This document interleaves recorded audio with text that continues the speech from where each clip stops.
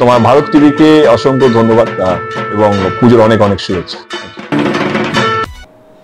চোপড়া ব্লকের মাঝিয়ালি গ্রাম পঞ্চায়েতের বড়াগড় গ্রামের লজুগজ চা বাগান থেকে হাত পা বাঁধা অবস্থায় এক মহিলার মৃতদেহ উদ্ধারকে ঘিরে চাঞ্চল্যের সৃষ্টি হয়েছে। তবে এখনো পর্যন্ত মৃত্যুর কারণ নিয়ে ধোঁয়াশায় রয়েছে পরিবার। মৃত্যুর কারণ জানতে পুলিশ তদন্ত শুরু করেছে।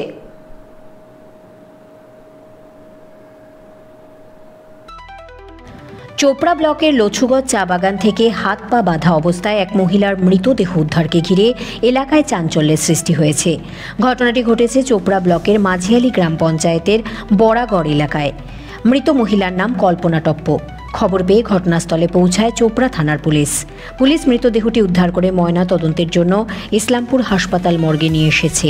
কিভাবে ওই মহিলার মৃত্যু হলো, খুন নাকি অন্য কোনো কারণে মৃত্যু হয়েছে, এ বিষয়ে অন্ধকারে রয়েছে পরিবার। পুরো ঘটনার তদন্ত শুরু করেছে চোপড়া থানার পুলিশের দাবি, ময়না তদন্তের রিপোর্ট হাতে পাওয়ার পরেই মৃত্যুর কারণ পরিষ্কার হবে। ওটাই আমি কি বলবো, আর এরকম মারা গেল রে। কোথায় দেখতে পেলেন? বাগানে। কি অবস্থায় ছিল?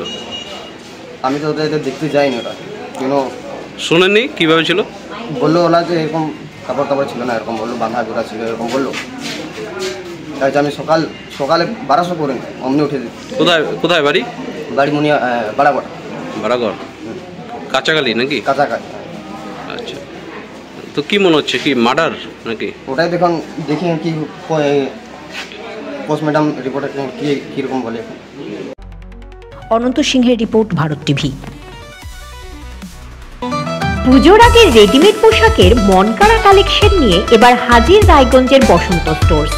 একই ছাদের নিচে পেয়ে যাবেন লেহেঙ্গা, চুড়িদার, শাড়ি, ব্লেজার সহ ছোট বড় সবার মনের মতো পোশাক।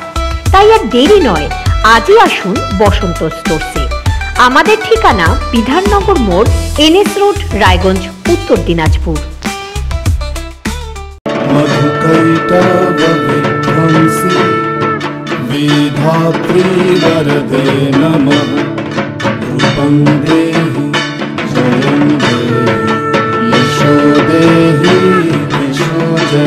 নমস্কার, আমি প্রসেনজিৎ চট্টোপাধ্যায়।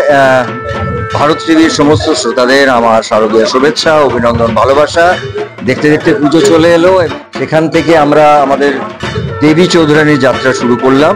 আমাদের এন্টার টিমের তরফ থেকে আপনাদের সবাইকে, ভারত টিভির সমস্ত শ্রোতাদেরকে শারদীয় শুভেচ্ছা, অভিনন্দন এবং অনেক অনেক ভালোবাসা। পুজোটা খুব ভালোভাবে কাটাবেন, সে মানুষকে আনন্দ দেবেন, আনন্দে রাখবেন, আনন্দ নেবেন।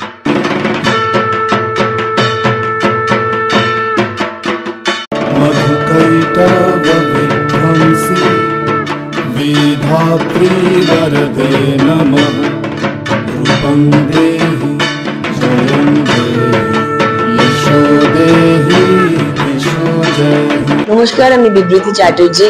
আমার তরফ থেকে ভারত টিভির প্রত্যেকটি দর্শককে জানাই শারদীয়ার প্রীতি ও শুভেচ্ছা। আনন্দে কাটাবেন, সুস্থ থাকবেন। আর এবার দেবী পক্ষে দেবী চৌধুরানী 26শে সেপ্টেম্বর নিশ্চয়ই দেখবেন।